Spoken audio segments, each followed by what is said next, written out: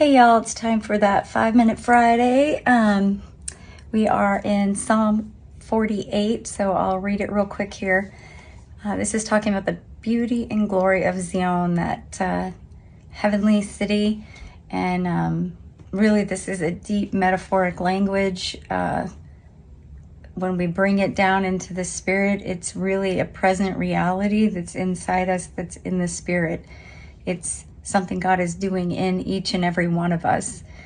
So it has historic roots in the languaging, but the reality is what God is doing in each and every one of us, and in that eternal time and that eternal city that we are all connected from time immemorial, backward and forward, that we can enter into in the spirit. So it says, "Great is the Lord and greatly to be praised in the city of our God, his holy mountain, beautiful in elevation, the joy of the whole earth, is Mount Zion in the far north, the city of the great King.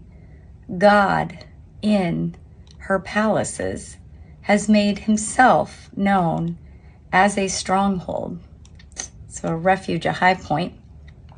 God, there's so much we could get into, but I don't have time with just 5 minutes, so I'm going to just try to get through the psalm. But here, notice it says, God in her palaces, her being Zion is the palaces, and you are like that fortress that he makes us a fortress, and in a stronghold, because he's in us. So the stronghold is in us, right? And so we are the dwelling place, the palace that God dwells in as we become mature sons and daughters. It continues and says, verse 4, "For lo, the kings assembled themselves. They passed by together, they saw it, then they were amazed, and they were terrified, and they fled in alarm. Panic seized them there, anguish as of a woman in childbirth with the east wind. You break the ships of Tarshish. Gosh, that's so hard to say. As we have heard, so we have seen. In the city of the Lord of hosts is the city of our God. God will establish her, that eternal city, Mount Zion, forever." We have, now it says, "thought on your loving kindness, O God," but the word there, we have become like, we resembled your chesed, your loving kindness, O God. That chesed, that's such an important word. In the midst, in the inward part of you is where he's establishing, where you become loving kindness. God manifests through you uniquely, unique expression of himself through you, and you become his hands and feet. But from the internal, the midst of your temple, which we are. "As is your name, O God, so is your praise to the ends of the earth. Your right hand is full of righteousness. Let Mount Zion be glad. Let the daughters of Judah rejoice because of your judgments. Walk about Zion and go around her. Count her towers, consider her ramparts, go through her palaces, that you may tell it to the next generation." Everything you've gone through, everything that God has established in you and strengthened you as a mature son and daughter, is to be told to the next generation, to empower them and to continue building the kingdom by an expansion of sons and daughters. That is part of the kingdom. "For such is God, for God forever and ever." He has many sons and daughters, and he's multiplying, and he is life. And now it says he will guide us until death. Well, here, this last one, I'm going to just wrap up the last minute here with this.